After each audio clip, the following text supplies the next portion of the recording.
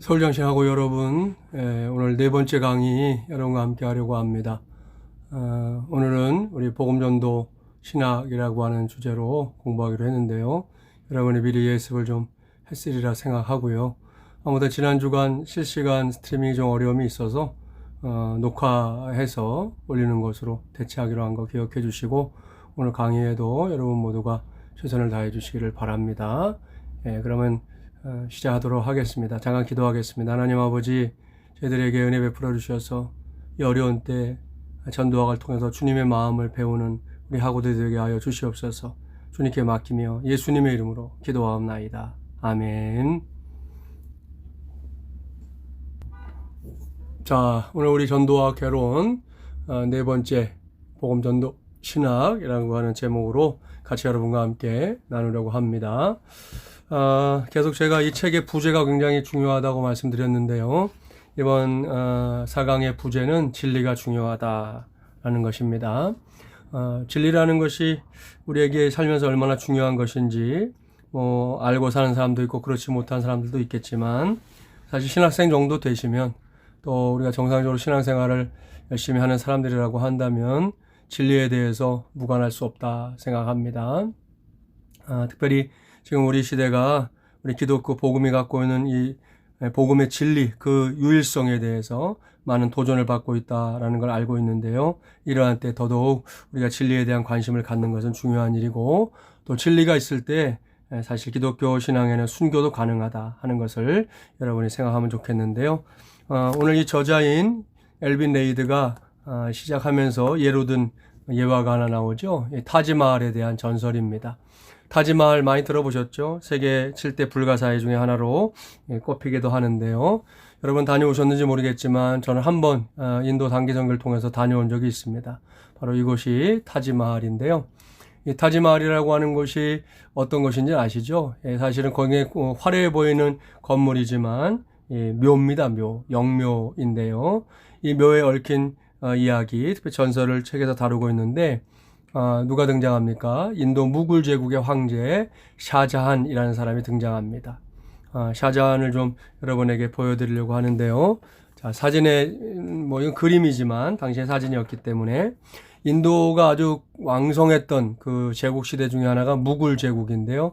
그 제국의 황제였던 샤자한이라는 사람이 이제 결혼을 합니다. 결혼한 부인이 누구였냐면 뭄타즈 마할이었는데요.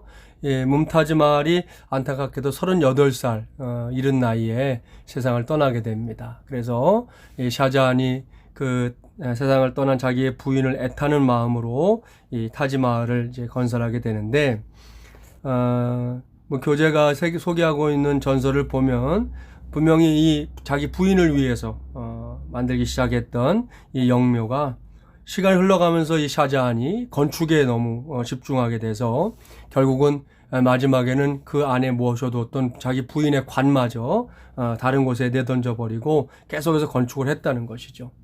세월이 흘러서 어느덧 다 건축을 끝냈을 때 안타깝게도 그의 아내의 관은 온데간데 없게 됐다 하는 그런 전설이 있다는 거죠. 여기서 우리가 생각해 볼 수 있는 게 뭔지는 아시죠? 다른 게 아니라 저는 이런 질문을 해보려고 합니다. 급한 일인가? 중요한 일인가?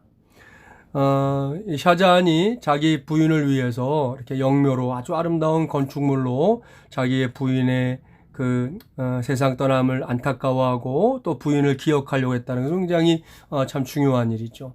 그런데 그 중요한 일을 함에 있어서 너무 급하게, 또 더군다나 관심사를 다른데, 원래 본래 두어야 됐던 곳에 관심을 두지 아니하고 다른 곳에 관심을 두고 일을 급하게 처리하다가 결국은 중요한 것을 놓치는 그런 일들이 일어났다는 것을 우리가 생각해 볼 수 있습니다. 엘빈 레이드는 바로 그러한 사실을 얘기하면서 얼마나 비극적이냐는 거죠. 자기 부인을 위해서 준비한 이 타지마할이 결국은 온데간데 없이 되어버리는 이런 안타까운 상황을 놓고, 이와 같은 일들이 오늘 우리 복음 안에서도 일어나고 있다, 우리 신앙 안에서도 일어나고 있다, 도전하고 있는 것입니다. 그 내용은 뭐냐 이거죠. 하나님의 말씀에 기초한 신학에 계속해서 초점을 맞추지 않을 때 최우선적으로 복음을 전해야 하는 이유를 망각할 수 있다는 것을 우리는 주의해야 된다는 거죠. 여기에 이제 신학함의 이유가 있습니다. 여러분들은 이렇게 다 신학을 이미 선택해서 신학에 들어와 있지만, 신학에 들어올 때 여러분이 어떤 마음을 갖고 오셨는지 모르겠습니다. 근데 분명한 것은 우리 하나님의 말씀을 좀 더 제대로 바르게 전하기 위해서 우리가 성경만 갖고서 우리가 그것을 알 수 없기 때문에 이 신학적인 바탕을 함께 마련할 때 이게 서로가 이제 동전의 양면처럼 역할을 할 때 결국 우리가 건강한 신앙, 또 바른 신앙, 올곧은 신앙을 세워갈 수 있다는 것이죠. 그런 의미에서 저와 여러분이 신학함의 이유를 바르게 이해하는 것은 굉장히 중요하다 생각하고요. 특별히 우리 기독교 신앙은 어떻습니까? 창조의 하나님이 인간에게 자신을 계시하신다는 확신이 있는 종교죠. 우리의 신앙은 그겁니다. 그렇습니다. 우리 창조주 하나님이 우리에게 자신을 드러내시는 것. 계시라고 하는 것은 아포칼립시스라고 하는 단어인데요. 자, 이것은 자기를 드러내다라고 하는 그런 의미죠. 하나님이 우리에게 자신을 드러내 주신 그 위에 우리의 신앙이 서 있다는 것을 알고 있는데, 특별히 성경은 하나님의 자기 계시의 아주 중요한 방법이었고요. 특별히 가장 특별한 하나님의 계시는 뭡니까? 예수 그리스도, 우리 주님이시다 하는 것이죠. 그리고 더 나아가서 바로 예수 그리스도가 우리가 복음 전도할 수 있는 가장 중요한 근거, 해야만 하는 근거가 되고 있다. 마침 이번 주일이 우리 부활주일이었지 않습니까? 여러분에게 부활은 어떤 의미인지 모르겠지만 여러분, 십자가와 부활은 우리가 생명 되신 예수 그리스도의 복음을 전하는 가장 중요한 근거, 가장 뿌리, 근간이 되고 있다는 것을 부인할 수 없다는 것, 다시 한번 전제하고 오늘의 내용으로 들어가 보도록 하겠습니다. 자, 첫 번째, 복음 전도와 신학의 관계를 좀 살펴보려고 하는데요. 복음 전도와 신학은 함께 유지할 필요가 있다. 이게 전도하는 것과 신학이 동떨어진 사건이 아니다. 함께 가야 하는 일이다 라는 것을 이 저자는 아주 중요하게 강조하고 있다는 것을 아마 교재를 읽어본 분들은 알 수 있을 겁니다. 자, 여기에서 이렇게 복음 전도와 신학이 함께 유지되어야 할 필요성에 대해서 몇 가지 이유를 밝히고 있는데, 첫 번째, 복음 전도와 신학은 극단주의를 피하기 위해서 함께 유지되어야 한다 그랬습니다. 자, 우리가 신앙에 있어서 굉장히 조심스러운 부분들이 바로 이 극단주의 아닙니까? 극단으로 가다 보면 결국 2단, 3단 혹은 사이비가 되는 경우들이 왕왕 생기는데요. 신학이라고 하는 것은 복음 전도를 안전한 성경적인 진리에 계속해서 묶여있게 하는 힘을 갖고 있다. 그것을 우리가 기억해야 됩니다. 복음 전도 자체가 신비주의에 빠지거나 혹은 세상의 세속주의에 빠지거나 그러지 않도록, 어쨌든 성경 안에 있는 진리 속에 복음 전도를 잘 묶어주고 있는 것이 이 신학이라고 하는 겁니다. 그래서 아주 재미난 예화를 저자가 들고 있지 않습니까? 장난치는 작은 강아지 회사라고 하는 회사의 이야기. 아무튼 이 회사가 직원들을 모아놓고 자기 회사가 무엇을 하고 있는지 계속해서 이야기하죠. 사람들이 그것을 듣고는 맞다고. 예를 들어 캠페인도 잘하고 있다, 광고 잘하고 있다, 또 여러 가지 좋은 접근 방식으로 이 물건을 팔고 있다. 그러니까 사람들이 너도 나도 우리가 정말 최고의 판매팀이 될 수 있다고, 정말 신나게 일할 수 있다고 이야기하고 있는데, 저 뒤에 있던 한 사람이 손을 들고 물었다는 거죠. 그런데 한 가지 문제가 있습니다. 그게 뭡니까? 문제는 개밥이다.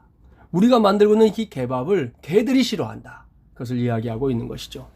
자, 이 굉장히 우리에게 도전을 주는 대목입니다. 그야말로 진품의 품질을 떨어뜨리는 값싼 모조품이 되면 안 되고요. 우리는 진짜를 제시하는 그런 복음의 증인들이 되어야 된다 하는 것이죠. 그런 의미에서 오늘날 이 값싼 모조품들, 요즘 신천지 문제 많은데요. 하나님의 교회 말할 것도 없고요. 자, 이런 것들이 정말 값싼 모조품 아닙니까? 진품의 품질을 떨어뜨리고 있는, 그러면서도 끊임없이 예수를 앞세우고 이야기하고 있는 이 신천지가 참 맹랑한 그런 종교 집단인 걸 우리가 이미 알고 있는데, 이런 것은 정말 우리가 신학적으로 볼 때 무엇이 잘못된지 분명히 밝혀서 가짜는 가짜이고 진짜는 진짜라는 것을 드러내야 될 것이 저와 여러분의 책임이다, 사명이다 말할 수 있습니다. 두 번째 필요성을 볼까요? 성경은 신학을 복음 전도와 같은 실제적인 문제들과 결합시키기 때문에 신학과 복음 전도는 연결된 채로 있어야 된다 그랬습니다. 자, 성경에서 우리는 교리만 보는 게 아니죠. 여러분, 성경에서 우리가 교리를 분명히 볼 수 있지만 교리만이 아니라 실천과 또한 간증 등을 확인할 수 있다는 거죠. 대표적인 예가 누굽니까? 사도 바울 서신을 여러분이 공부해 보면 아시겠지만 바울 서신이 이렇게 크게 두 가지로 나누지 않습니까? 우선 전반부는 이 교리에 대한 말씀들이 쭉 망라되어 있습니다. 근데 교리로 끝나지 않죠. 그 다음에는 실천. 이 교리를 가지고 어떻게 살 것이냐 라고 하는 것을 가르쳐주고 있는 것을 확인할 수 있습니다. 결국 신학이라고 하는 것은 우리의 실제적인 삶의 문제들과 다 연결시켜져 있다는 것. 이것이 결국 전도도 마찬가지다라는 것을 우리가 알아야 한다는 것입니다. 그래서 아무튼 여러분이 신학을 통해서 우리의 복음 전도가 실제로 우리의 삶에서 어떻게 역할을 해야 되는지를 구현해 나가는 그런 전도자들이 되어야 된다는 것을 기억해 주시기 바랍니다. 세 번째 필요성은 하나님께 친숙해진 사람들은 일반적으로 신학과 복음 전도를 조화롭게 유지해 왔다 말하고 있습니다. 교회 역사에서 모든 위대한 리더들이 다 뛰어난 신학자는 아닙니다.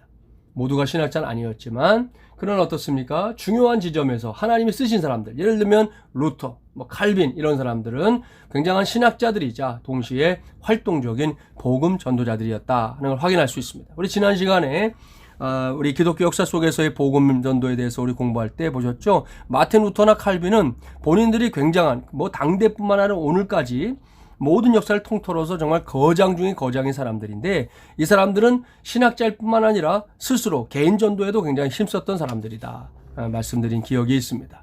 여러분이 기억하시고 그와 같은 일들을 사실 우리도 해야 되는 거죠. 저와 여러분이 신학을 공부하고 있는데 신학에 대해서 너무 무지하면 안 되는 것입니다.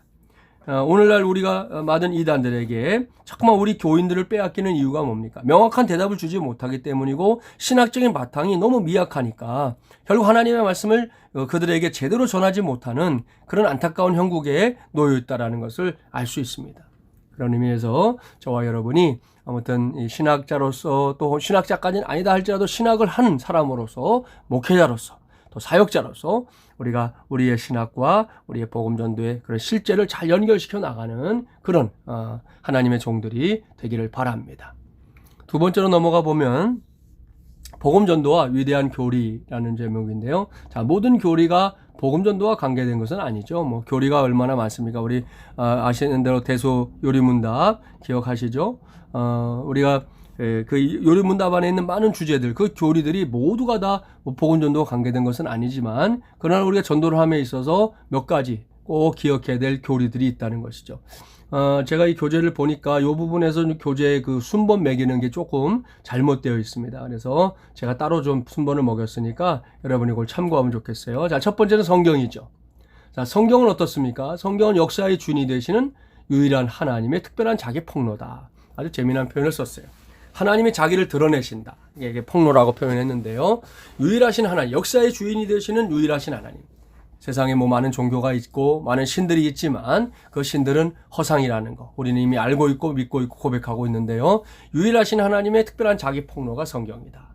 특별히 그 중에서도 중요한 게 뭡니까? 예수 그리스도를 계시한다는 거. 성경이 그렇죠. 그래서 성경에 대해서 아시죠? 구약은 어떻습니까? 오실 메시아. 신약은 오신 메시아. 우리가 그렇게 구약과 신약을 설명하기도 하는데요.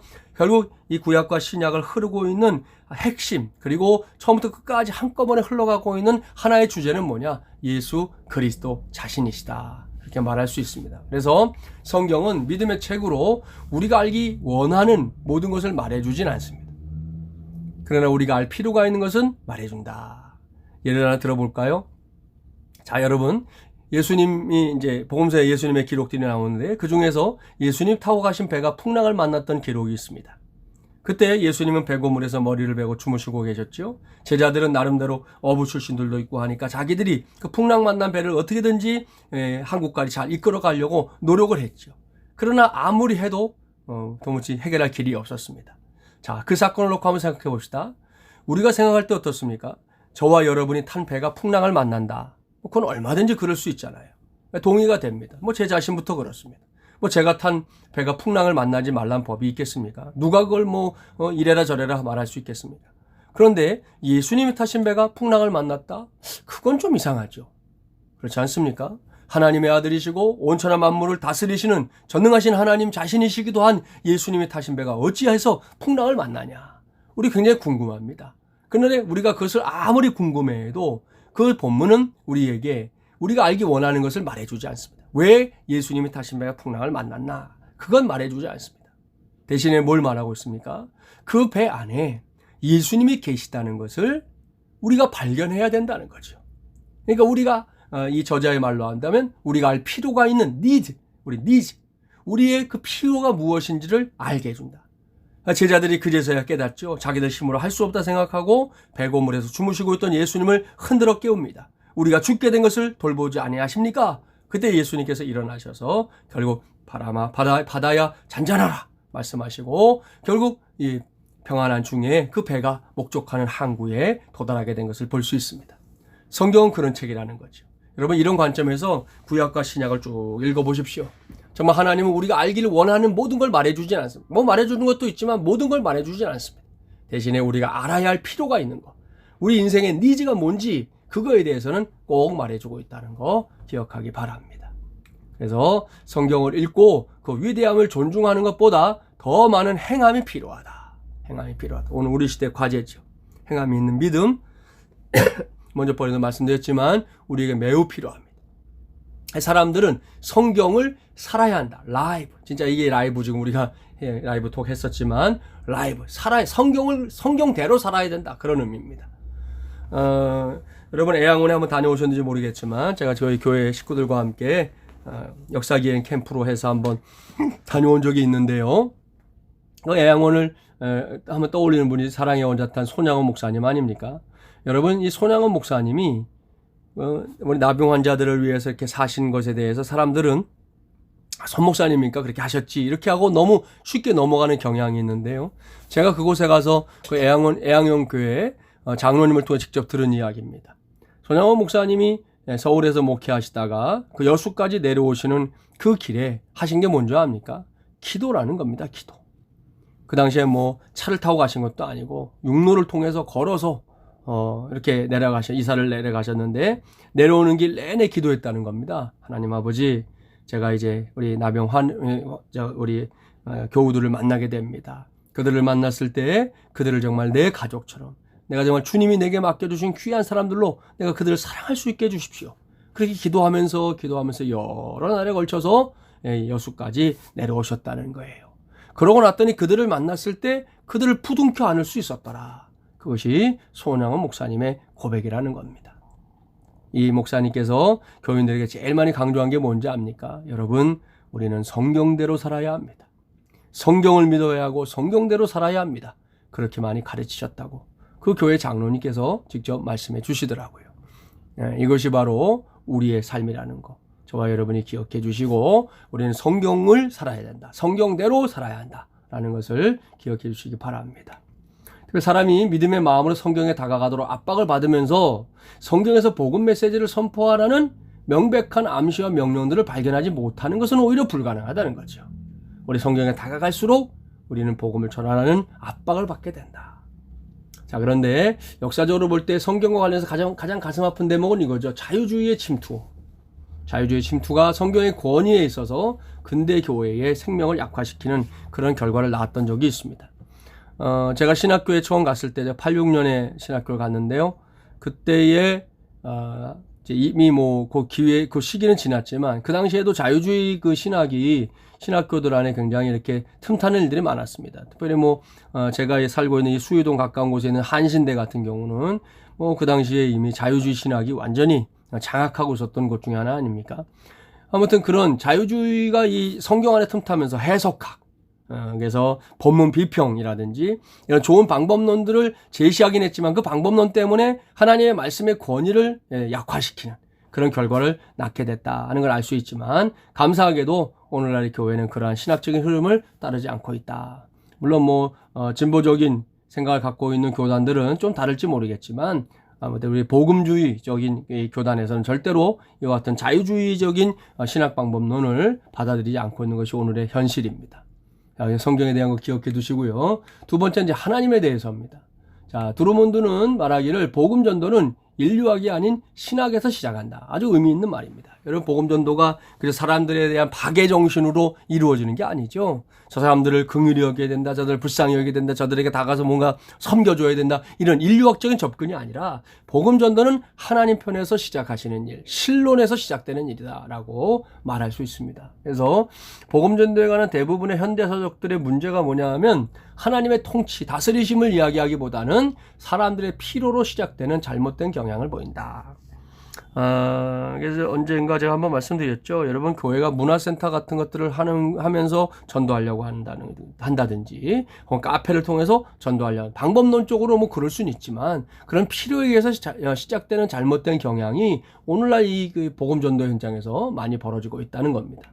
그래서 효과적으로 복음을 전하기 위해서 현대 문화를 우리가 이해는 해야 되겠지만, 신학을 발전시키기 위해서는 그 지점에서 시작하지 않아야지만 된다. 우리는 하나님의 말씀 속에서, 특별히 신학 자체에서 하나님의 뜻을 찾아나가는 출발점을 삼아야 된다는 것을 기억하시고, 그래서 특별히 인간론이 아닌 신론으로 시작하는 것이 매우 중요한데요. 오늘 교재가 소개하고 있는 하나님, 첫째, 하나님은 창조주이시다. 여러분, 굉장히 중요하죠. 창세기 1장 1절 아시죠? 하나님의 태초에 하나님의 천지를 창조하시니라. 브레스트 바라 엘로임 에드 하샤마임 우에드 하레츠라고 하는 이 말씀, 이 한 절이 사실은 우리 성경 전체죠. 여러분, 창세기 1장 1절을 믿고 받아들이지 못한 사람은 창세기 1장 2절부터 나오는 어떤 말씀도 받아들일 수 없는 사람입니다. 이 산을 넘어야만 성경 전체를 넘어갈 수 있는 것이지, 창세기 1장 1절을 넘어가지 못했는데 그 뒤에를 넘어간다? 그건 어림도 없는 일입니다. 하나님은 창조주이시다. 그럼 꼭 기억해야 됩니다. 오늘날 유발 하라리 같은 그 유대인 교수죠. 이런 사람이 세계적인 석학으로 꼽히지만, 이런 사람이 이제 지금 호모 사피엔스에 의해서 호모 데우스, 사람이 이제 신처럼 되는 시대가 온다, 이런 주장을 하고 있지만, 그것은 그들의 주장일 뿐, 우리는 결코 그들의 주장에 무릎을 꿇을 수 없습니다. 우리는 하나님만이 창조주이시다, 그렇게 고백하는 신앙의 주인공들 되어야 할 줄 믿습니다. 두 번째로, 하나님 어떤 분이냐? 삼위 안에 한 분이시다. 성부, 성자, 성령. 얼마 전에도 저희 세 가족 한 사람이 설교를 듣거나 혹은 기도할 때 하나님이라고 했다가 예수님이라고 했다가 주님이라고 했다가 도대체 내가 믿어야 될 존재가 누군지 이렇게 질문한 적이 있습니다. 여러분, 우리는 삼신론을 믿는 사람들이 아닌 거 아시죠? 우리의 신앙은 유일신론도 아니고요, 삼위일체 하나님을 믿는 겁니다. 그래서 삼위이시지만 한 분이시다. 이게 우리의 이성으로는 굉장히 납득되지 않는 대목이기 때문에 신앙 고백이 필요한 부분이지만, 분명한 것은 성경을 읽어보면 성부와 성자와 성령이 계시는데 각각으로 존재하는 것이 아니라 한 분으로 존재하신다. 이게 성경이 가르치는 바거든요. 그때 하나님은 삼위 안에 한 분이시다. 성부 하나님에 대한 이야기가 되겠죠. 세 번째, 하나님은 거룩하시다. 자, 여러분이 거룩이라고 하는 것이 결국은 저와 여러분이 구원받음의 결과고, 또 이 거룩은 어떻습니까? 우리가 하나님처럼 되어가는 굉장히 중요한 부분이죠. 그래서 우리 구원론적으로 말한다면, 우리가 예수 그리스도를 나의 구주로 믿고 회개와 신앙을 통해서 구원받고 우리가 신앙생활을 하게 되는 그 이후의 과정이 뭡니까?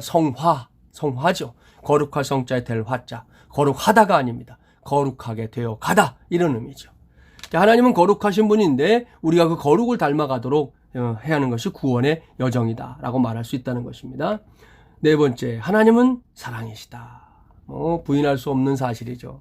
하나님의 사랑이 아니었던들 지난주일 우리는 부활의 기쁨을 누릴 수 없었을 겁니다. 하나님께서 우리를 심판하시는 분으로 그렇게만 우리 가운데 역사하셨다면 우리 중에 살아남을 사람 한 사람도 없는 것이죠. 우리 모두는 정말 그야말로 다 죽은 인생들입니다.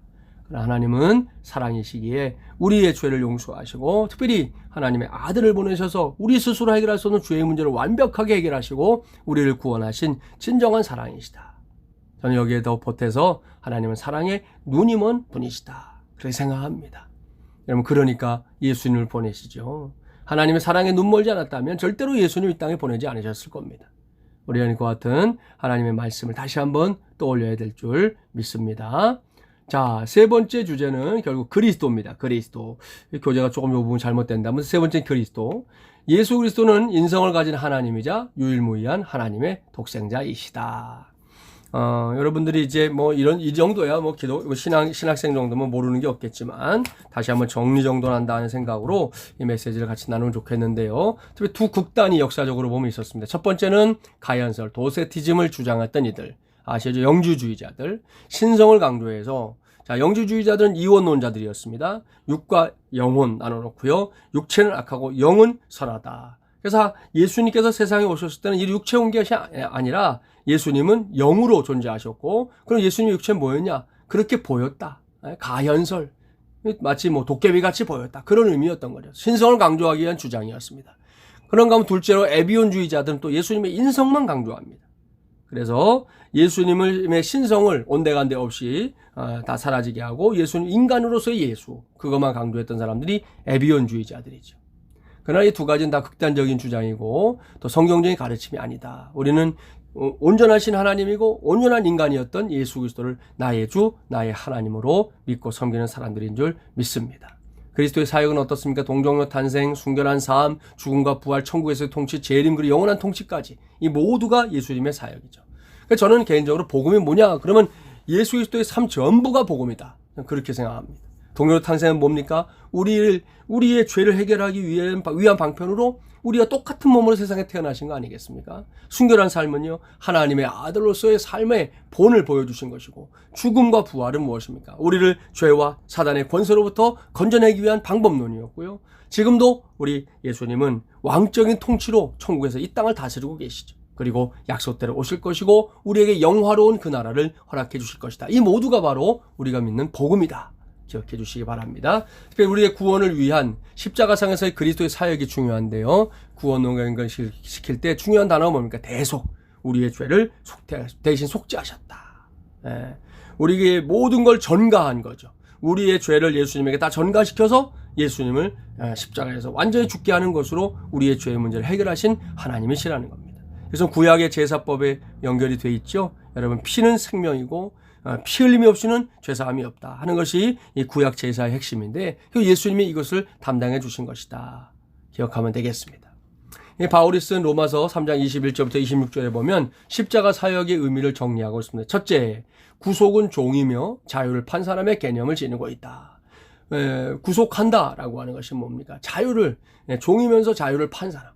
그런 의미를 갖고 있고요. 두 번째, 칭의, justification은 재판에서 사용된 법의학 용어다 그랬습니다. 그러니까 재판에서 땅 선언하면 아무리 그 사람이 죄를 다 갖고서 무죄다 그러면 무죄가 되는 것이죠. 그러니까 법관의 전적인 법관의 결정권인데 바로 하나님이 우리에게 허락하신 칭의가 그런 것이다. 셋째, 속죄 제물은 뭡니까? 구약 성전 제사와 그것에서 흘린 피의 개념을 되돌아보게 하는 중요한 핵심 단어죠. 속죄 제물. 예수님이 그런 분이시다. 그렇게 말하고 있습니다. 자, 네 번째로 가볼까요? 구원론에 대해서 우리가 생각해 볼 수 있는데요. 성경이 말하는 구원의 조건이 뭡니까? 회개와 신앙, 회개와 믿음이다. 그렇게 말할 수 있습니다. 회개하지 않으면 그거는 구원받을 수 없는 게 분명하죠. 자, 오늘날 그런데 복음전에서 빠진 단어가 있다면 그것은 회개하다. 바로 이것이죠. 저도 강단에서 매주 또 시간마다 말씀을 전하는 목사지만 오늘날 한국교회 강단에서 정말 이게 회개에 대한 외침이 많이 좀 희석됐다 혹은 사라졌다까지 말할 수 있죠. 도덕적인 설교 강연이 넘치는 그런 시대에 우리가 살고 있는데요. 우리 학우들은 그런 설교를 하지 않도록 지금부터 스스로를 잘 훈련하기를 바랍니다. 회개를 최소화한다는 게 뭡니까? 십자가 없는 복음을 전하는 것과 같다. 기독교 신앙에서 회개가 없다면 우리 신앙은 아무런 힘도 가질 수 없다는 것을 기억해야 됩니다. 특별히 회개는 어떻습니까? 헬라어로 말하면 메타노이아. 저는 이제 이것을 우리 예전에 제가 어렸을 때 교련 시간이라는 게 있었는데요. 군사훈련 비슷하죠? 그럴 때 자, 오른쪽으로 가, 왼쪽으로 가 있죠. 그 다음에 뒤로 돌아이 갓잇이 있습니다. 뒤로 돌아이. 그게 메타노이아입니다. 그러면 찔끔찔끔 바꾸는 거는 메타노이아가 아닙니다. 완전히 돌아서는 거죠. 내가 죄로 향하는 방향을 완전히 돌이키는 거. 그것이 메타노이아. 뒤로 돌아이 갓입니다. 자, 이것은 그래서 마음을 바꾸는 것이긴 하지만 더 깊이 보면 어떻다고요? 사람의 마음, 정신, 심지어 목적을 변화시키는 거. 그게 메타노이아다. 굉장히 큰 단어죠. 그런 점에서 우리가 단어 좀 구분할 필요가 있는데 회개는 뭔가를 후회하는 거. 내가 지난날 뭘 잘못했구나. 내가 정말 그러지 않았으면 좋았을 것을 이 정도가 아닙니다. 그리고 슬퍼하는 거. 아, 내가 왜 이랬을까 하고 눈물 흘리는 그런 정도가 아니라는 거죠. 회개는 더 깊은 의미, 그야말로 우리의 본질이 방향을 바꾸는 거. 거기에 더 주안점이 있다라는 것을 기억해야 됩니다. 지난번에 제가 잠깐 설명한 적이 있지만 극단적 칼빈주의는 복음 전도를 중요하게 여기지 않았습니다. 왜요? 예정론 때문이다. 말씀드렸죠. 하나님 다 구원하실 건데 이런 생각이 있었던 거죠. 자, 그러지 않았고 또 인간의 노력에 중점을 두는 구원론. 우리가 노력하고 행위를 해야 하지만 구원받을 수 있다. 이런 구원론들은 하나님의 역사를 무시하는 값싼 믿음을 강조하는 그런 경향을 가지고 있다는 거죠. 그래서 우리는 지옥이라고 하는 한 가지 빚이 있다는 것을 스스로에게 끊임없이 상기시켜야 됩니다. 내가 정말 지은 빚이 뭡니까? 내가 지옥에 가야 되는데 그걸 지옥에 가지 않도록 하나님께서 예수님을 보내서 나를 구원하셨다는 것. 바로 거기에 있는 것이죠. 저는 이제 이 교재에서 이 대목이 굉장히 마음에 드는데요. 예수님은 단지 악한 사람을 선하게 만들기 위해서 죽으신 게 아니에요. 여러분, 이게 우리의 신앙의 본질 아닙니다. 오늘날 강단에서 계속해서 도덕, 윤리적인 그런 메시지가 선포되는 것이 안타까운 것은 바로 이런 점에 있는 거죠. 악한 사람을 선하게, 그게 구원 아닙니다. 죽은 사람을 살리기 위해서 죽으셨다. 이것이 진정한 복음의 메시지라는 거죠. 그냥 두면 여러분 다 죽는 겁니다. 아무리 고대 강시에 사는 사람 아니라 또한 세상의 고관대자가 아니라 어떤 사람이라도 예수님을 나의 구주로 믿고 고백하고 섬기지 않으면 그 사람은 영원히 죽는 겁니다. 마지막에 영벌에 대해서 나오지만 여러분 죽은 그 사람을 살리기 위해서 예수님이 오신 거예요. 그냥 오신 게 아닙니다. 단지 우리에게 착하게 살라 그 정도는 여타의 다른 세상 종교도 다 말하는 겁니다. 어느 종교가 사람 보고 악하게 살라고 합니까? 다 선하게 살라고 그러죠. 그러나 이 땅에 그 누구도 자기가 구원할 자들을 위해서 목숨을 내주고 죽으신 분은 없습니다. 오직 예수님 한 분뿐이라는 것. 우리는 그것을 기억하고 예수님께서 왜 죽으셨는가? 그 구원의 관점을 잘 이해해야 될 줄 믿습니다. 자, 다섯 번째는 인간론과 죄론입니다. 하나님의 창조와 인간의 타락 그리고 죄의 기원. 여러분 창세기 앞부분 아닙니까? 굉장히 중요한데요. 자, 그 내용을 보면 우리는 죄성을 가지고 태어나는 거죠. 그런데 우리의 구원은 뭡니까? 하나님의 본성으로 거듭나게 되는 게 구원이다 말하고 있습니다. 그래서 로마서 6장 6절 말씀을 보면 우리의 본성이 그리스도와 함께 못 박혔고 하지만 여전히 죄와 싸우고 있다 그렇게 말하고 있습니다. 그러니까 옛사람은 죽여버리고 그러나 지금 현재의 나는 새 사람은 계속해서 죄와의 싸움을 싸우는 거죠. 히브리서에도 말씀하고 있지만 너희가 싸우되 죄와 싸우되 피 흘리기까지 싸우지 아니했다 그렇게 말씀하고 있는데요. 우리가 죄와의 싸움이 얼마나 치열해야 되는가 하는 것을 깨닫게 해주시는 말씀이다. 그렇게 여러분에게 설명해 줄 수 있을 것 같습니다. 특별히 죄라고 하는 단어 들어봤을 건데 헬라어로는 하마르티아라고 합니다. 관역을 벗어나다 그런 거 아닙니까? 관역을 벗어나다. 이 개념은 중요한 문제가 죄의 양이 아니라 죄의 실제라는 것을 상기시켜 준다라는 것을 우리가 알 수 있습니다. 그래서 결국 내가 다른 사람보다 죄를 덜 지었다는 게 중요한 게 아니라 내 인생에 죄가 존재하는가 이걸 물어야 된다는 거죠. 우리는 자꾸 그 죄의 문제를 세상적인 관점에서 이해하려고 하기 때문에 말 그대로 이제 죄에 있어서도 많은 죄를 졌냐 적게 졌냐 이걸 자꾸 따지려고 하지만 성경의 관심은 뭡니까? 죄가 있냐 없냐 그걸 묻는 거죠. 근데 우리 인생에서 죄가 없는 사람이 누굽니까? 아담의 범죄 이후 모든 사람이 결국은 이 죄의 문제에 허덕임을 경험하고 있다라는 것을 우리가 알고 있지 않습니까? 그것이 저와 여러분이 이 죄의 문제에 대해서 함께 고심하고 또 함께 물어야 될 질문들이다라는 것이죠. 그렇기 때문에 다른 사람보다 내가 죄를 더 졌냐 덜 졌냐 이걸 가지고 따지는 건 성경의 관심이 아니에요. 내가 죄인이냐 아니냐 그것을 성경은 끊임없이 묻고 있고 그것에 대한 성경의 대답은 뭡니까? 모든 인간이 죄다. 죄인이다. 그리고 그 죄인은 정말 불가항력적인 죄로서 완전한 죄인으로 전적인 타락을 한 존재다라고 말하고 있다는 것입니다. 하나님으로부터 우리를 분리시키는 것은 개인적인 죄, 우리의 개인적인 죄가 아니라 우리 안에 있는 이 죄성, 즉 하나님과 우리 사이의 관계를 단절시키게 하는 그 반역에 있다라는 것입니다. 그래서 성경에서 말하는 죽음이라는 게 뭔지 아시죠? 여러분 죽음은 이게 우리가 호흡이 끊어지는 거예요. 그게 죽음이 아니에요. 그건 죽음의 결과죠. 죽음이 뭡니까? 하나님과 나와의 관계가 단절되는 거, 끊어져 버리는 거. 가장 좋은 예가 꽃꽂이입니다. 꽃꽂이. 저희도 매주 강단에 꽃꽂이를 하는데요. 자, 꽃꽂이를 해온 꽃이 얼마나 아름답습니까? 그러나 어떻습니까? 그 꽃은 사실 죽은 것이죠, 이미. 가지가 나무에서 잘려 나올 때, 잘려지는 그 순간 이미 죽은 것이죠. 아무리 화려함을 드러내고 있어도 그건 죽은 겁니다. 그렇게 화려함을 드러내고 있다가 소슬 시들어 가잖아요. 마지막 순간에는 볼 수가 없죠. 지저분하고 냄새나고. 그래서 결국 쓰레기통에 버리게 되는데 그게 호흡이 끊어지는 것과 같은 것이죠. 그러니까 결국 저와 여러분이 죽는다라고 하는 것은 하나님과의 관계의 단절로부터 시작돼서 마지막 호흡이 끝나는 것까지가 죽음이지만 일단 시작은 어떻습니까? 관계의 단절이 우리의 죽음이다.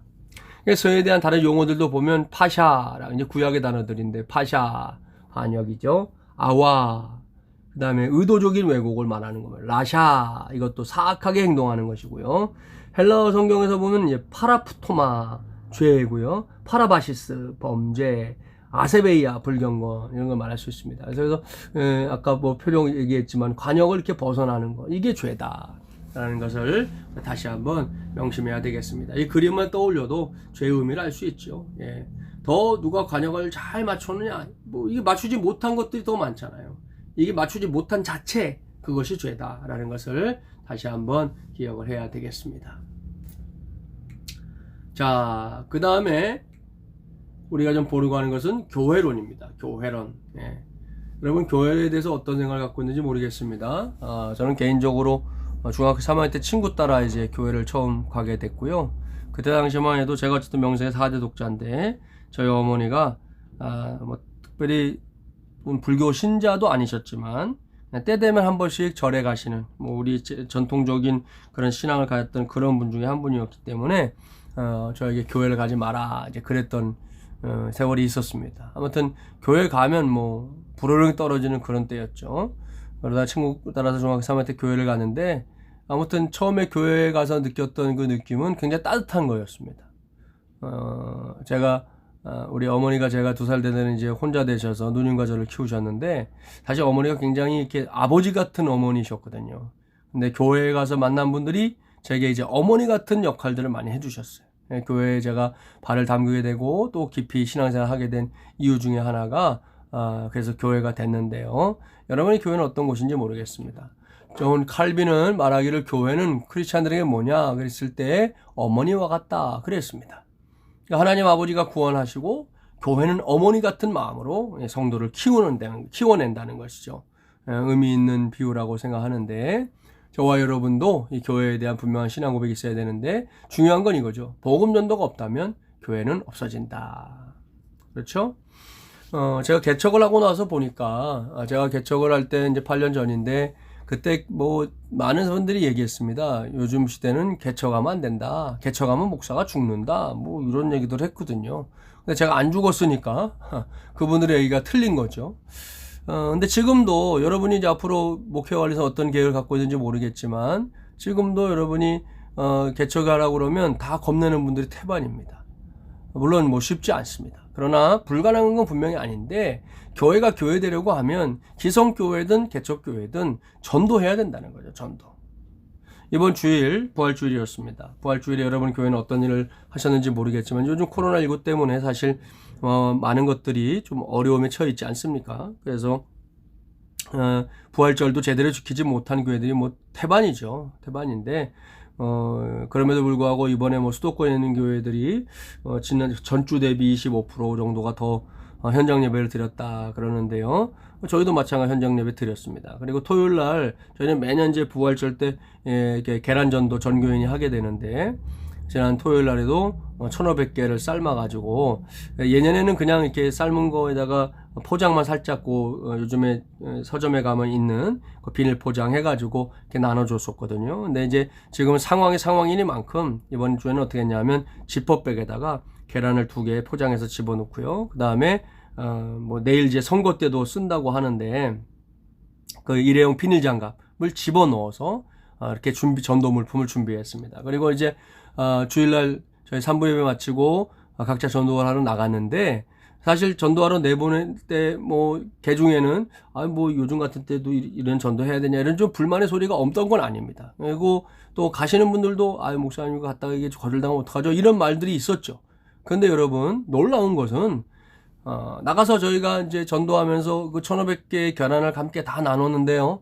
많은 분들이 아주 즐겁고 감사한 마음을 받아들였고 저희가 또 준비해 가는 것 자체가 그분들의 마음을 녹이는 이 사람들이 그냥 막 막무가내로 전도하는 게 아니구나 하고 그걸 받아들이게 만들었다는 거죠. 어느 권사님 제게 오후에 전화를 주셨는데 똑같이 얘기하시는 거죠. 목사님 오늘 저는 전도하러 나가가지고 혹시 또 이게 우리 교인들이 상처를 받지 않을까 그런 걱정을 했는데 웬걸요. 어느 할머니에게 본인이 부활절 계란 전도를 했는데 그 할머니가 눈물을 글썽이면서 자기가 요즘에 이 코로나 때문에 교회도 못 가고 있어가지고 너무너무 속상한 마음으로 부활주일 지금 보내고 있었는데 오늘 이 부활절 계란을 받아더니 너무 위로가 된다고, 하나님이 나를 이렇게 위로해 주셔서 너무 감사하다고 그래서 눈물을 글썽이더라는 거죠. 그러면서 그 권사님 말, 목사님 역시 나갔어야 됐었어요, 했어야 됐었어요, 감사해요, 이런 기회 주셔서요, 그렇게 얘기하더라고요. 여러분, 그겁니다. 교회는 복음 전도가 없으면 사라지는 겁니다. 뭐 여타한 경우에라도 우리가 복음을 전해요. 물론 좀 더 상황에 따라서 뭔가 전략은 좀 바꾸고 또 방향은 좀 다르게 할지언정 복음을 전해야 한다는 사실만큼은 불변의 가치로 우리가 여기고 붙잡고 가야 된다, 그렇게 생각합니다. 여러분도 앞으로 이를 위해서 더욱더 힘써주시는 그런 우리 서울장신 학우들이 되기를 바랍니다. 아무튼 세상에 다다르기 위한 하나님의 계획은 어떻게 이루어지느냐? 지역교회들을 통해서 이루어진다.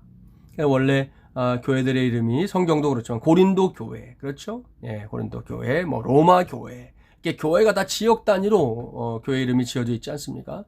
한국에도 마찬가지죠. 뭐 아시는 대로 우리 인천에 가면 인천 제1교회부터 뭐 2교회, 3교회 이렇게 하는 걸 볼 수 있죠. 그게 다 지명에 따라서 이름을 지었기 때문입니다. 부산 영도에도 영도 제1교회, 2교회, 3교회, 7교회, 8교회 뭐 이렇게 있었거든요. 그렇게 이제 이름을 짓다가 이제 그 다음에 이제 지어진 게 뭐 서울 중앙교회, 인천 뭐 중앙교회 이렇게 이름이 바뀌게 되고요. 이름이 여러 가지 바뀌게 돼서 요즘은 이제 또 저희 교회도 지역의 이름을 쓰지 못하고 있죠. 왜냐하면 이미 지역의 이름을 쓰고 있는 교회들이 너무 많으니까요. 저희는 이제 마주물 예람교회다 나름대로 이제 신앙적인 고백을 함께 담아서 만든 이름인데, 아무튼 하나님의 방법은 그런 지역 교회들을 통해서 세상에 다가가신다라는 걸 우리가 기억해야 됩니다. 그래서 에클레시아 뭐 잘 아시죠? 에크라고 하는 말과 칼레오라고 한 두 단어가 합쳐서 에클레시아가 된 거죠. 자, 밖으로 부르. 칼레오, 에크라는 건 밖으로 아웃이죠. 칼레오, 불러내서 콜링.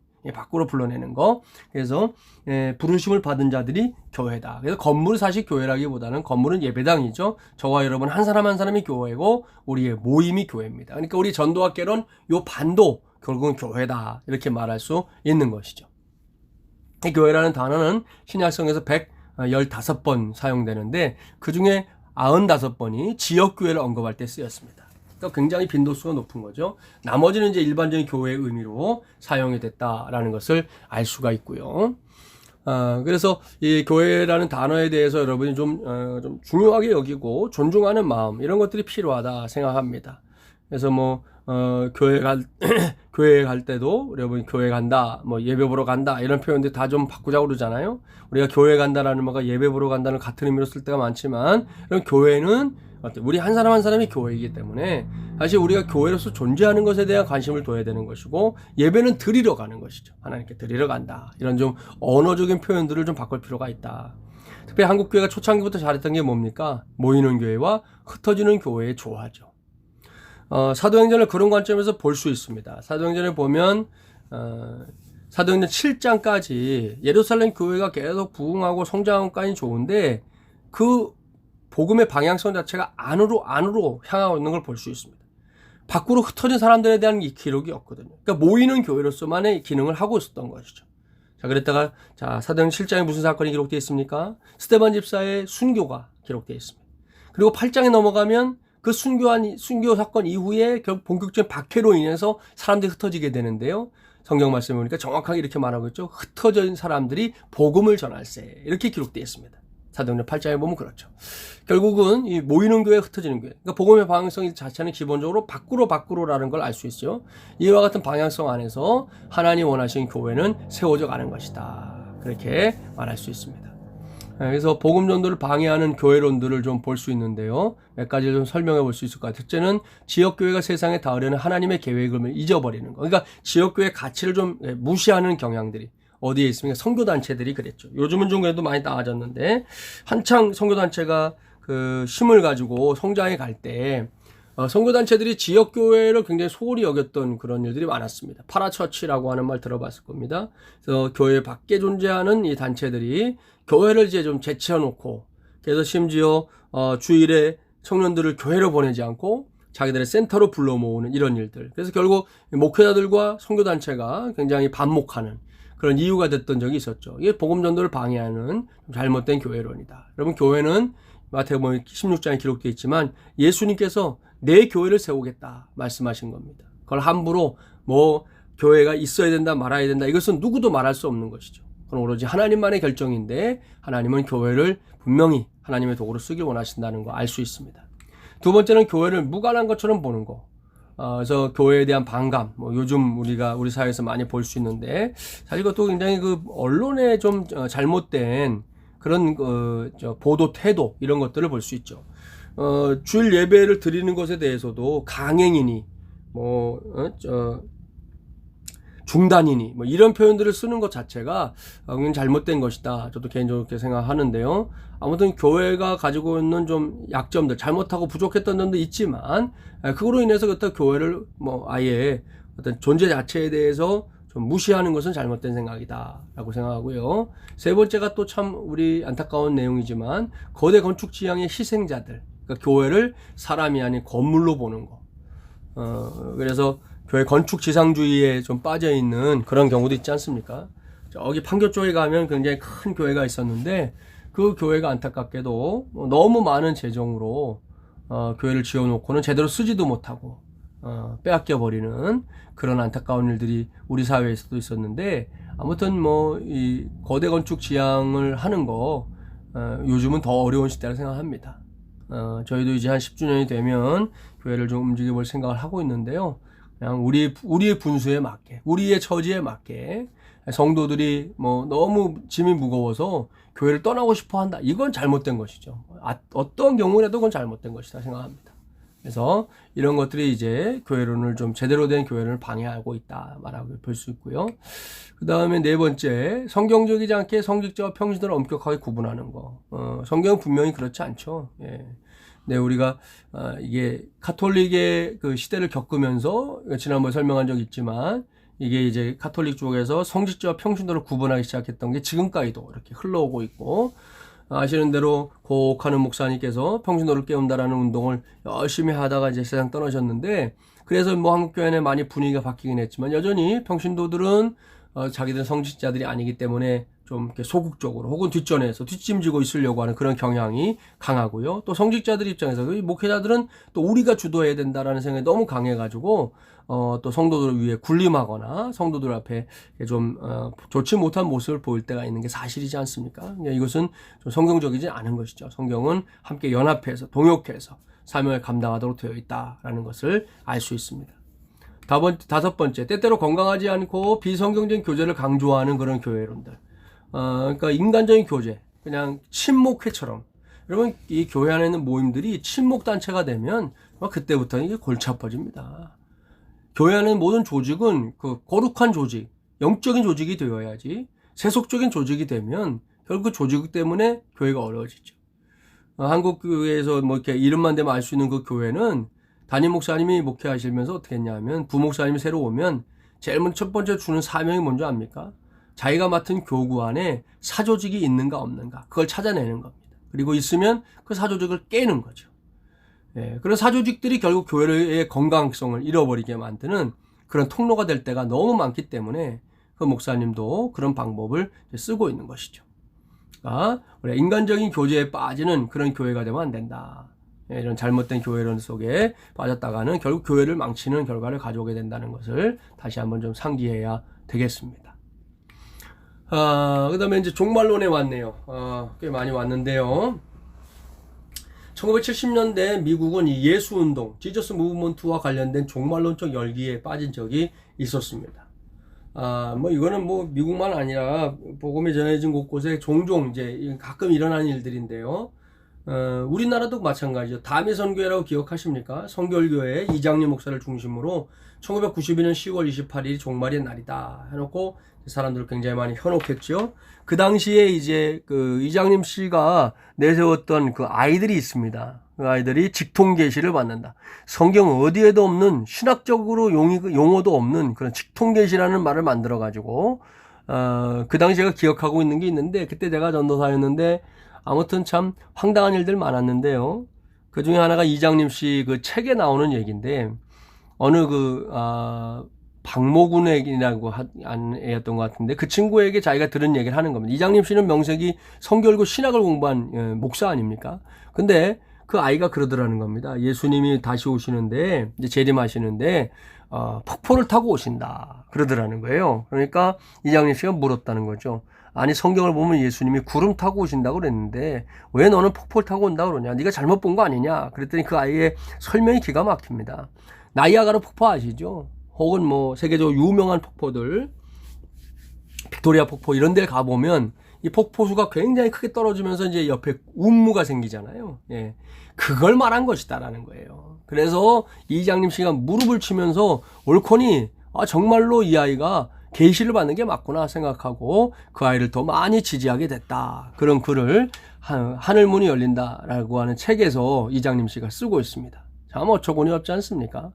이런 기가 막힌 일들이 참 기독교 역사에 많은데 저도 지금도 기억납니다. 92년도 10월 27일이죠. 전날 밤에 그 다미 선교회로 사람들이 막 하나둘 모여드는 게 모든 공중파 방송에 다 나왔습니다. 그 사람들 정말 뭐 재림할 줄 알았던 거죠. 근데 또 재림한다고 또 하얀 소복들을 입고 왔어요. 난 참 기가 막힙니다. 소복하고 흰옷이 같은 겁니까? 예? 성경에 말하는 흰옷을 소복으로 알고 입고 온 사람들이 얼마나 많았나 모릅니다. 아무튼 뭐 현장에 중계 카메라까지 나와가지고 그 집회를 취재했는데 자 시간이 11시 12시 돼 갑니다. 드디어 28일이 되는 시점이 됐는데 뭐 예수님 안 오시는 거죠. 그러니까 뭐 또 통성기도를 하고 뭐 난리를 치는데도 예수님 안 오시니까 결국 나중엔 다 창피해서 하나둘 그 집회 장소를 빠져나가는 모습으로 결국 그날의 해프닝이 끝나게 된 거 지금도 뭐 선명하게 기억합니다. 여러분 성경 아까 우리 성경대로 믿어야 된다. 손양원 목사님 가르쳤다 그랬는데요. 정말 우리 성경대로 믿읍시다. 자 예수님이 오실 그날은 모른다 그랬습니다. 아니 이장님 아니라 이장님 할아버지라도 그렇고요. 예? 누가 그날을 알 수 있습니까? 여러분 예수님이 정말 몰라서 모른다고 하셨을까요? 저는 개인적으로 예수님이 모르지 않으셨을 거라 생각합니다. 그러나 그날을 말하면 사람들이 어떻게 하겠어요? 또 얼마나 약삭빠르게 굴겠습니까? 그걸 아시기 때문에 나도 모른다. 그렇게 하신 거라고 생각합니다. 전 개인적으로는. 그래서 아무튼 예수님도 모르신다고 한 나를 내가 안다라고 말하는 그 자체가 이미 2단이고 3단입니다. 사입입니다. 절대로 우리가 동의할 수 없는 일들이라는 거 여러분 기억해 주셔야 될 것 같아요. 또 유사하게 좀 문제가 되는 사람이 있죠. 이번에 신천지 이만희. 지난 주말에 그것이 알고 싶다라는 프로를 보신 분들은 아마 알 것 같아요. 거기에 보면 신천지 이만희에 영향을 준 사람들이 쭉 리스트가 나오는데 그 중에 한 사람이 이 장막성전 유재열. 지금 신천지가 증거장막성전이라 이렇게 이름을 지었는데 그 장막성전에 들어가서 그것도 일종 그 당시에 뭐 사이비 종교죠. 거기에 들어가서 이만희가 함께 활동하다가 결국 이 유재열이라는 사람이 그 당시에 지도자였는데 이 유재열은 18살 때부터 설교를 했다 그럽니다. 근데 도전적인 것은 그 18살 아이가 100구절, 200구절의 성경 말씀을 달달달달 외웠다는 거죠. 그래서 사람들이 그걸 보고서는 야 정말 이건 신이다 생각했고 그 유재열이 전하는 그 뭐 우리로 말하면 설교죠. 2시간, 3시간짜리 설교를 고스란히 앉아서 듣고 광신처럼 거기도 이제 광신도가 돼가지고 따르고 하는 일이 있었다는 거죠. 근데 아무튼 유재열이 왜 중요하냐 하면 죽어서 천국에 가는 게 아니라 살아서 천국에 간다는 설교를 시작한 사람이 유재열입니다. 또 유재열이 누군지 아십니까? 가수 싸이의 장인입니다. 알고 있는 분도 있겠지만 참 아이러니하죠. 이런 일들이 정말. 근데 그 유재열 씨를 이제 장막성전에 쫓아내고 그러고 나서 이제 그 장막성전의 이름을 따서 신흥종교를 일으킨 사람이 이만희입니다. 예, 신천지가 됐는데 지금은 신천지 빠져나와서도 새천지를 만들었다고 그러죠. 하여튼 끊임없이 분열하고 끊임없이 쪼개져 나가는 게 이단 사입입니다. 안타까운 일입니다. 자, 아무튼 종말에 대해서 예수님께 다시 오신다는 것은 초대교회 확신이었다는 거 우리가 알고 있고요. 그리스도의 임박한 재림은 우리에게 복음 전도할 수 있는 동기 중에 하나, 으뜸이라고도 말할 수 있죠. 예수님 오시는데 어떻게 뒷짐을 지고 있겠습니까? 그러니까 이것이 우리가 꼭 해야 될 일인데 성경에 말씀합니다. 예수님은 복음이 모든 세계에 먼저 전파되어야 하고 그제야 끝이 올 것이다. 마태복음 24장 14절에서 말씀하고 있습니다. 그제야 끝이 오리라. 우리가 그날까지 해야 될 일은 복음을 전하는 일이어야지 이렇게 뭐 이장님 씨처럼 예수님 오신다 그러고 사람들 현혹하고 그들을 이 세대주의 종말론 같은 것을 빠뜨려서 허우적거리게 만드는 것은 우리가 할 일이 아니라는 거죠. 예수님도 어떻습니까? 복음 전도를 세상의 종말과 그리스도의 재림에 결부시켜서 계속해서 말씀하셨어요. 그러니까 전도가 중요합니다. 전도, 끝까지 전하는 거. 모든 사람에게 전파된 그날 예수님 다시 오실 줄 믿습니다. 그것이 저와 여러분의 신앙 고백 되어야 할 줄 믿습니다. 이제 마지막 주제에 왔는데요. 현대 복음주의의 영벌론입니다. 제가 물 한 잔 잠깐 마시겠습니다.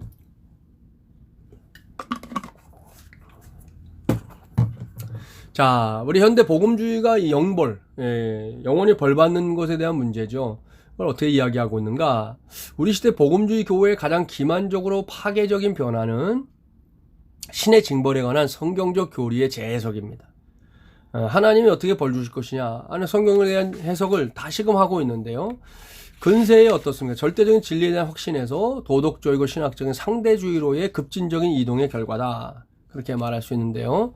이제 근세 시대에 들어오면서 아까도 이제 자유주의 신학에 대해서 말씀드렸지만 이제 기존의 절대적인 가치였던 성경, 하나님의 말씀에 대한 확신들이 이제 그냥 고문서 정도로 오래된 문서고 한 번 정도 뭐 읽어볼 만한 그런 뭐 교양 서적인 것처럼 성경을 대하는 태도들이 자꾸만 생기게 되는 거죠. 성경에 나오는 내용 중에서도 도덕적이고 그리고 윤리적인 거기에 머무는 신학적으로도 상대주의에 절대주의가 아니라 상대주의에 빠지는 이런 결과들이 현대에 들어오면서 생겼는데요. 영향들을 몇 가지 꼽으면 이런 계몽주의, 계몽주의가 대표적이죠. 어떤 사람들을 잠들었던 사람들을 좀 깨운 그런 사상 운동이다 말할 수 있는데 계몽주의. 또 양자 물리학을 통해서 우리가 성경에서만 답을 찾았던 것들을 이제 물리학적인 접근을 통해 찾아가는 것들. 무엇보다 다원주의 조금 더 설명하겠지만 다원주의가 또 굉장히 큰 문제가 됐고요. 또 아인슈타인의 상대성 이론의 영향 등등은 확실성에 대한 확신의 부족을 가져. 이게 정말 확실하냐? 그러니까 확실하게 믿었던 것을 다시금 질문하게 하고 의심하게 하는 그런 결과들을 가져오게 됐다는 거죠. 그 웰스라는 사람이 쓴 글을 일부만 써놨는데요. 복음주의 신조의 요소들은 사라진 것이 아니다. 예전의 것들이 그대로 있어요. 그것들은 여전히 존재해. 하지만 그것들이 고백된 사실로 인해 역사적 개신교 신앙 체계가 여전히 꼭 온전하다는 것을 뜻하지는 않는다. 이게 이제 우리 현대 복음주의를 앞두고 시대에 대한 평가를 해보는 것이죠. 저는 여기서 이제 떠오르는 것이 바울 서신, 특별히 여러분 아시죠? 경건의 모양은 있으나 경건의 능력은 부인하는 자다 하는 거. 오늘날 교회도 똑같지 않습니까? 과거 교회나 오늘날의 교회나 뭐 예배가 축소되거나 뭐 저녁 예배 물론 뭐 드리지 않는 교회들도 있고요. 또 혹은 새벽 기도가 또 없어진 교회들도 없는 건 아니지만 아무튼 대체적으로는 이미 한국교회 초창기부터 가져왔던 모든 교회의 전통들이나 또 교회 갖고 있는 모든 사역들을 다 가지고 있습니다. 자, 그런데 오늘날 현실은 어떻습니까? 우리 선배들이 가졌던 신앙에 비하면 굉장히 약골이 되어 있는 우리의 현실을 볼 수 있는데 그게 뭐가 문제냐? 경건의 모양은 그냥 남아있지만 경건의 능력이 자꾸만 약화된 시대 우리가 살고 있다는 건데요. 웰스도 이제 그런 관점에서의 지적을 하고 있는 것이다 말씀드릴 수 있습니다. 그래서 하나님의 심판과 지옥에 대한 기독교적인 역사적인 기독교 이해를 넘어선 다른 견해들이 이제 많이 등장하게 되는데요. 여러분 천국과 지옥에 대해서 어떻게 생각하는지 모르겠지만 여러분 천국과 지옥은 분명히 실제하는 곳이죠. 그것에 대한 고백이 없으니 사실 우리 신학을 공부하는 게 참 어려운 일인데요. 이걸 하여튼 좀 다른 견해들을 좀 먼저 살펴보도록 하겠습니다. 첫 번째 보편주의입니다. 궁극적으로 어떤 인간도 상실되지 않을 것이라는 신념. 보편이라는 말이 무슨 의미인지 아시잖아요. 모두에게 이런 의미죠. 그러니까 모든 인간이 다 구원받지 뭐 궁극적으로는 인간들이 상실되는 일이 없다 이런 생각인데요. 자, 보편주의자들 모든 인간이 어떻다? 본질적으로 선하다. 따라서 구원받을 것이다. 이렇게 믿는다는 거죠. 참 성선설, 성악설도 있지만 이 복음주의자들 속에서도 이런 생각을 갖고 있는 사람들이 있다는 거예요.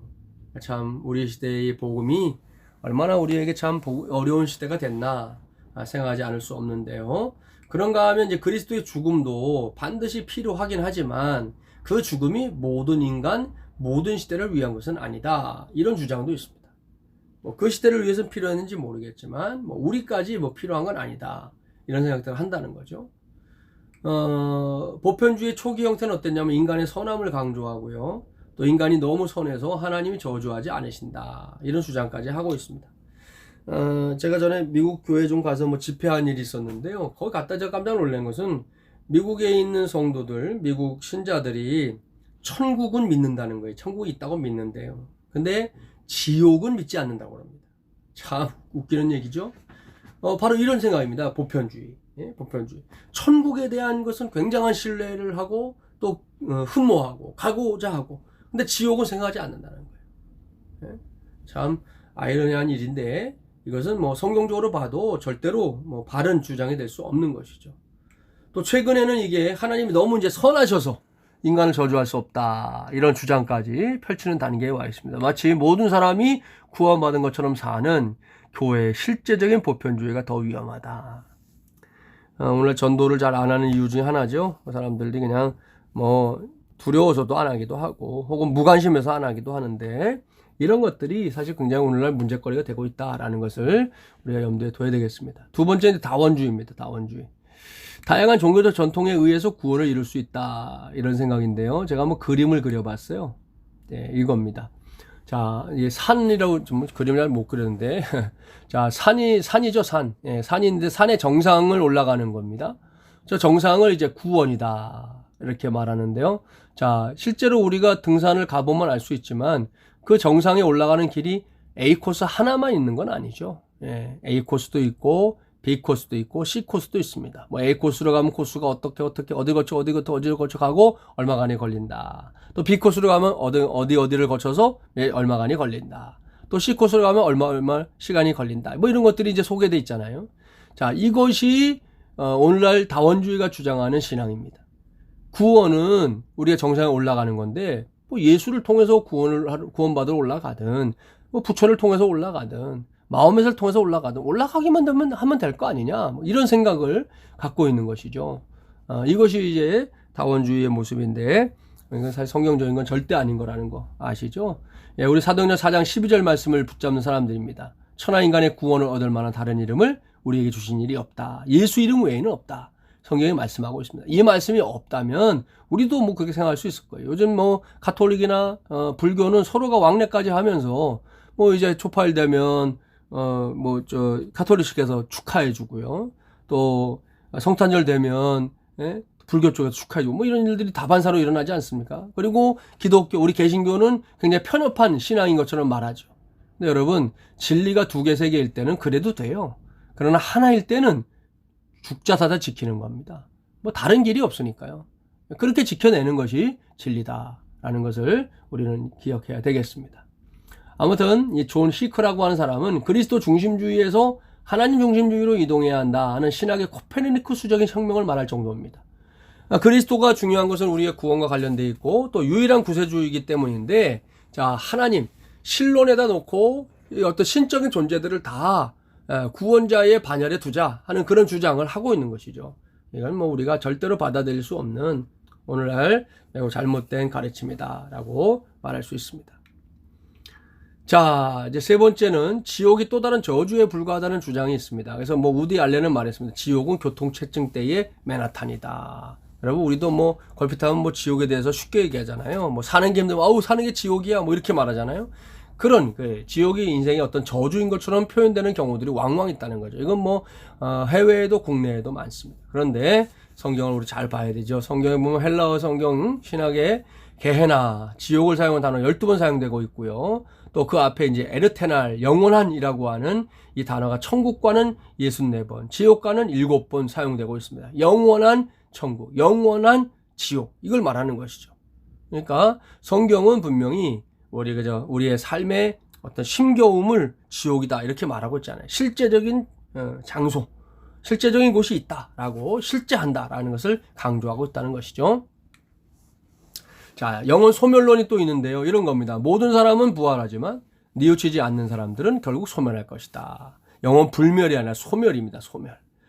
이 사람들은 하나님 앞에서의 죄를 세상적인 방식으로 범죄를 처벌해야 한다는 식으로 주장하는 거, 그건데요. 이건 매우 잘못된 것이죠. 그러니까 범죄를 저지르고 나면 범죄에 대한 처벌을 하고 나면 이제 그 일이 해결되지 않습니까? 근데 그걸 뉘우치지 않을 때는 아예 소멸이 된다, 이렇게 주장하는 것입니다. 이것도 뭐 잘못된 주장이죠. 다섯 번째, 포용주의인데요. 그리스도를 듣지 않는 사람들에 대한 더 너그러운 희망으로 믿는 거. 예. 예수 그리스도를 더 이상 받아들이지 않는 사람들조차도 다 품는 거죠. 예수 그리스도가 유일한 구세주시지만 결국 배타주의자 생각하는 것보다 더 많은 사람들이 구원받게 될 것이라는 주장이 이 포용주의라는 단어 속에 있습니다. 결국은 이런 것들은 세상의 어떤 사조나 세상의 흐름에서 나온 이야기들일 경우가 굉장히 많은데요. 이런 것들이 결국 오늘날 이 현대 복음주의의 영벌론을 자꾸 희석시키고 또 지옥에 대한 천국에 대한 우리의 신앙을 약화시키는 그런 단점들을 가지고 있다라는 것을 알 수 있습니다. 저와 여러분은 다시 말하지만 성경대로 믿어야 된다는 거 우리 기억을 하시고, 자, 오늘 마지막 영상을 여러분에게 좀 보여드리고 마무리를 해보려고 합니다. 우선 영상을 보고 이야기를 이어갈게요.